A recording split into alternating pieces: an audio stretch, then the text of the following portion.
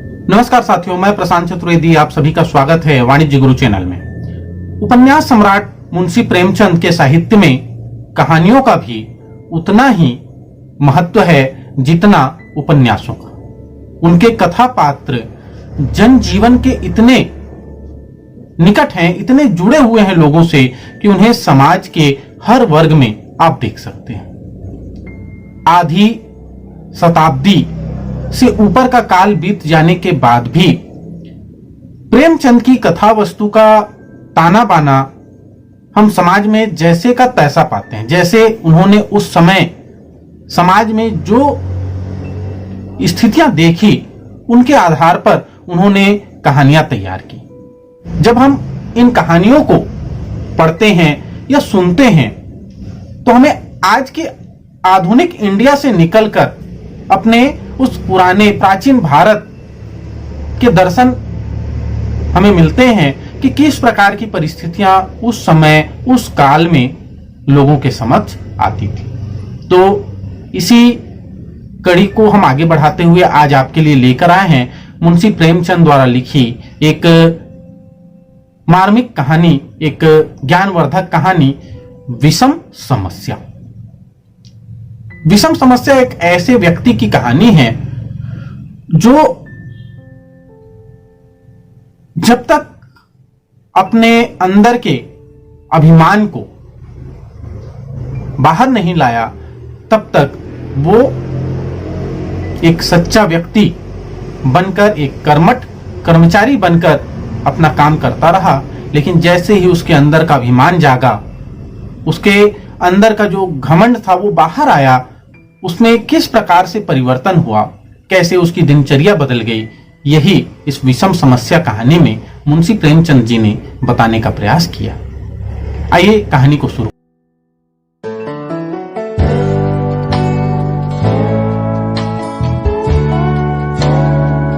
मेरे दफ्तर में 4 चपरासी थे। उनमें एक का नाम गरीब था। बहुत ही सीधा, बड़ा आज्ञाकारी, अपने काम में चौकस रहने वाला, घुड़कियां खाकर चुप रह जाने वाला, यथा नाम तथा गुण, गरीब मनुष्य था। मुझे इस दफ्तर में आए साल भर हो गया था, मगर मैंने उसे एक दिन के लिए भी गैर हाजिर नहीं पाया था। मैं उसे 9 बजे दफ्तर में अपनी दरी पर बैठे हुए देखने का आदी हो गया था, मानो वह भी इस इमारत का कोई अंग हो। इतना सरल है कि किसी की बात टालना जानता ही नहीं था। एक चपरासी मुसलमान था, उससे सारा दफ्तर डरता था। मालूम नहीं क्यों, मुझे तो इसका कारण सिवाय उसकी बड़ी बड़ी बातों के और कुछ नहीं मालूम होता। उसके कथनानुसार उसके चचेरे भाई रामपुर रियासत में कोतवाल थे। उसे सर्वसम्मति ने काजी साहब की उपाधि दे रखी थी। शेष 2 महाशय जाति के ब्राह्मण थे। उनके आशीर्वाद का मूल्य उनके काम से कहीं अधिक था। ये तीनों कामचोर, गुस्ताख और आलसी थे। कोई छोटा सा भी काम करने को कहिए तो बिना नाक भोए सिकोड़े ना करते थे। क्लर्कों को तो कुछ समझते ही ना थे, केवल बड़े बाबू से कुछ डरते। यद्यपि कभी कभी उनसे भी बेअदबी कर बैठते थे, मगर इन सब दुर्गुणों के होते हुए भी दफ्तर में किसी की मिट्टी इतनी खराब न थी जितनी बेचारे गरीब की। तरक्की का अवसर आता तो ये तीनों नंबर मार ले जाते, गरीब को कोई पूछता भी न था। और सब 10-10 रुपए पाते थे, पर बेचारा गरीब 7 पर ही पड़ा हुआ था। सुबह से शाम तक उसके पैर एक क्षण के लिए भी नहीं टिकते थे। यहां तक कि तीनों चपरासी भी उस पर क्रोध जताते और ऊपर की आमदनी में उसे कोई भाग न देते थे। इस पर भी दफ्तर के सब कर्मचारी से लेकर बड़े बाबू तक उससे चिढ़ते थे। उसको कितनी ही बार जुर्माना हो चुका था और डांट फटकार तो नित्य का व्यवहार था। इसका रहस्य मेरी समझ में कुछ न आता था। मुझे उस पर दया आती थी और अपने बर्ताव से मैं ये दिखाना चाहता था कि उसका आदर मेरी दृष्टि में तीनों चपरासियों से कम नहीं है। यहां तक कि कई बार मैं उसके पीछे कर्मचारियों से लड़ भी चुका था। एक दिन बड़े बाबू ने गरीब से अपनी मेज साफ करने को कहा। वह तुरंत मेज साफ करने लगा। दैव योग से झाड़न का झटका लगा तो दवात उलट गई और रोशनाई मेज पर फैल गई। बड़े बाबू ये देखते ही जामे से बाहर हो गए। उसके दोनों कान पकड़कर खूब ऐंठे और भारतवर्ष की सभी प्रचलित भाषाओं में दुर्वचन चुन चुन कर उसे सुनाने लगे। बेचारा गरीब आंखों में आंसू भरे चुपचाप मूर्तिवत सुनता था, मानो उसने कोई हत्या कर डाली हो। मुझे बड़े बाबू का जरा सी बात पर इतना भयंकर रौद्र रूप धारण करना बुरा मालूम हुआ।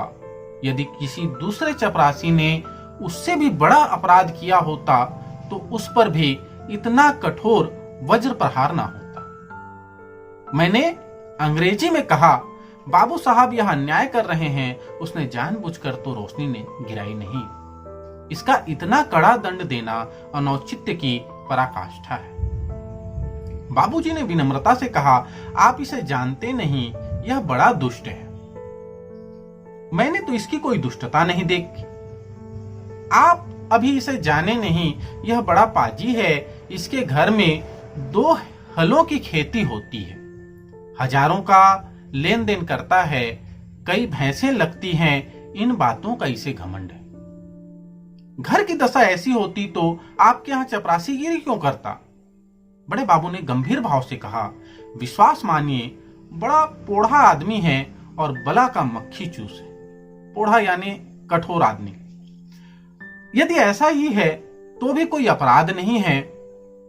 अभी आप यहाँ कुछ दिन और रहिए तो आपको मालूम हो जाएगा कि यह कितना कमीना आदमी है।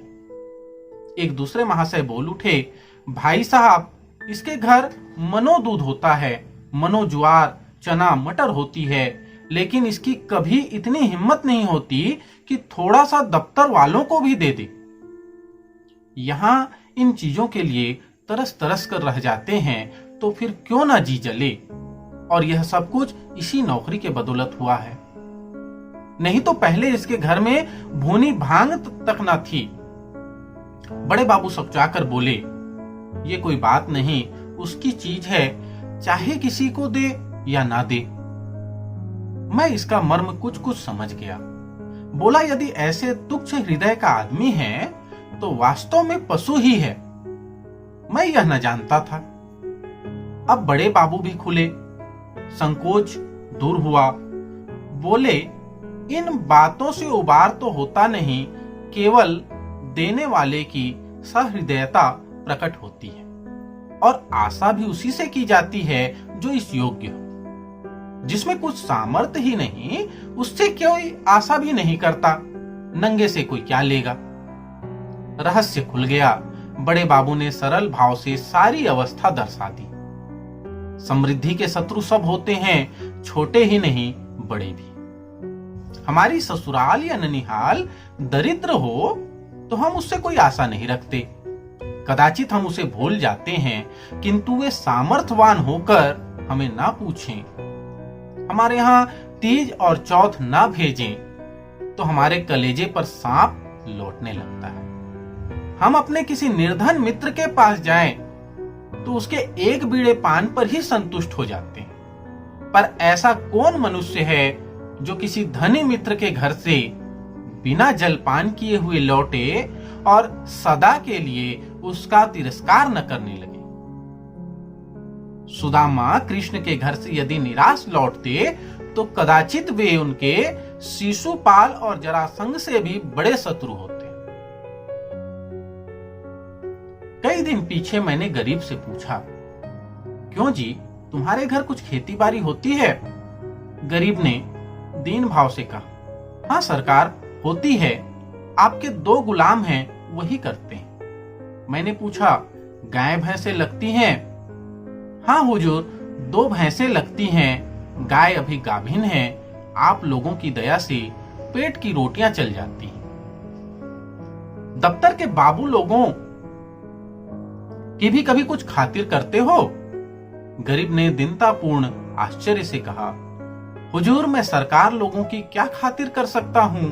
खेती में जौ, चना, मक्का, ज्वार, घास पात के सिवाय और क्या होता है?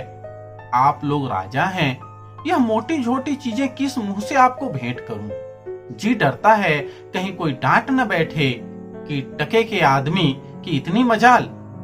इसी मारे बाबूजी कभी हियाव नहीं पड़ता, नहीं तो दूध दही की कौन बिसात थी, मुंह के लायक बीड़ा तो होना चाहिए। हियाव हियाव यानी हिम्मत, यहाँ पर हम हिम्मत के रूप में उसे देख सकते हैं। भला एक दिन कुछ लाके दो तो देखो लोग क्या कहते हैं। शहर में ये चीजें कहां मुयस्सर होती हैं।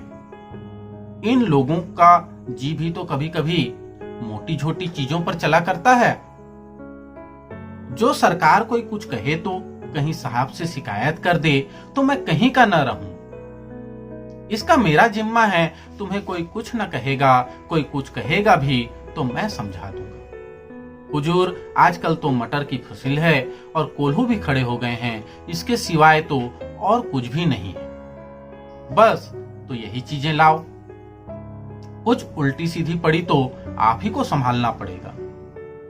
दूसरे दिन गरीब आया तो उसके साथ 3 हष्ट-पुष्ट युवक भी थे। 2 के सिरों पर 2 टोकरियां थी, उनके मटर की फलियां भरी हुई थी। एक के सिर पर मटका था जिसमें ऊख का रस था। ऊख यानी गन्ना। तीनों युवक ऊख का एक एक गट्ठा कांख में दबाए हुए थे। गरीब आकर चुपके से बरामदे के सामने के पेड़ के नीचे खड़ा हो गया। दफ्तर में उसे आने का साहस न होता, मानो कोई अपराधी है। वृक्ष के नीचे खड़ा ही था कि इतने में दफ्तर के कर्मचारी है ना और अन्य चपरासी उसे घेर लेते हैं। कोई ऊख लेकर चूसने लगा। कई आदमी टोकरों पर टूट पड़े। इतने में बड़े बाबू भी दफ्तर आ पहुंचे। ये कौतुक देखकर उच्च स्वर से बोले, ये क्या भीड़ लगा रखी है, चलो अपना अपना काम देखो। मैंने जाकर उनके कान में कहा, गरीब अपने घर से ये सौगात लाया है, कुछ आप लीजिए, कुछ हम लोगों को बांट दीजिए। बड़े बाबू ने कृत्रिम क्रोध धारण करते हुए कहा, क्यों गरीब, तुम्हें ये चीजें यहाँ क्यों लाए? अभी लौटा ले जाओ, नहीं तो मैं अभी साहब से कह दूंगा। क्या हम लोगों को मरभूख समझ लिया है? गरीब का रंग उड़ गया, थरथर कांपने लगा, मुंह से एक शब्द भी नहीं निकला। मेरी ओर अपराधी नेत्रों से ताकने लगा। मैंने अपनी ओर से क्षमा प्रार्थना की। बहुत कहने सुनने पर बाबू साहब राजी हुए। अब चीजों में से आधी अपनी घर भिजवाई, आधी में अन्य लोगों के हिस्से लगाए। इस प्रकार यह अभिनय समाप्त हुआ। अब दफ्तर में गरीब का मान होने लगा। उसे नित्य घुड़कियां न मिलती, दिन भर दौड़ना न पड़ता, कर्मचारियों के व्यंग और अपने सहवर्गियों के कटु वाक्य न सुनने पड़ते। चपरासी लोग स्वयं उसका काम कर देते। उसके नाम में थोड़ा सा परिवर्तन हुआ। अब गरीब से वो गरीब दास बना। स्वभाव में भी कुछ तब्दीली पैदा हुई। दीनता की जगह आत्मगौरव का उद्भव हुआ। तत्परता की जगह आलस्य ने ली। वह अब कभी कभी देर से दफ्तर आता, कभी कभी बीमारी का बहाना करके घर बैठे रहता। उसके सभी अपराध अब क्षम्य थे। उसे अपनी प्रतिष्ठा का गुर हाथ लग गया। वह अब 10वें 5वें दिन दूध दही आदि लाकर बड़े बाबू को भेंट किया करता था। वह देवता को संतुष्ट करना सीख गया था। सरलता के बदले अब उसमें काइयापन आ गया।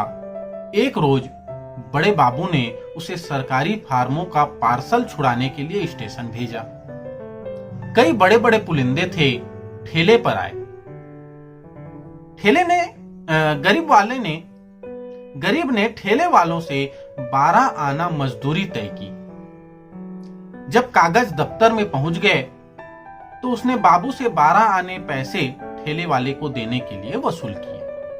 लेकिन दफ्तर से कुछ दूर जाकर उसकी नीयत बदली अपनी दस्तूरी मांगने लगा। ठेला वाला राजी न हुआ। इस पर गरीब ने बिगड़कर सब पैसे जेब में रख लिए और धमकाकर बोला, अब एक फूटी कौड़ी न दूंगा, जाओ जहां चाहो फरियाद करो, देखें हमारा क्या बना लेते हो।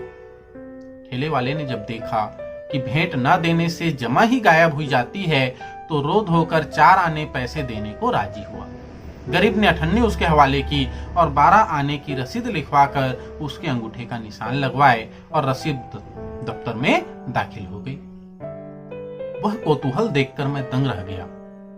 यह वही गरीब है जो कई महीने पहले सत्यता और दीनता की मूर्ति था, जिसे कभी अन्य चपरासियों से भी अपने हिस्से की रकम मांगने का साहस न होता, दूसरों को खिलाना भी न जानता था, खाने की जिक्र ही क्या।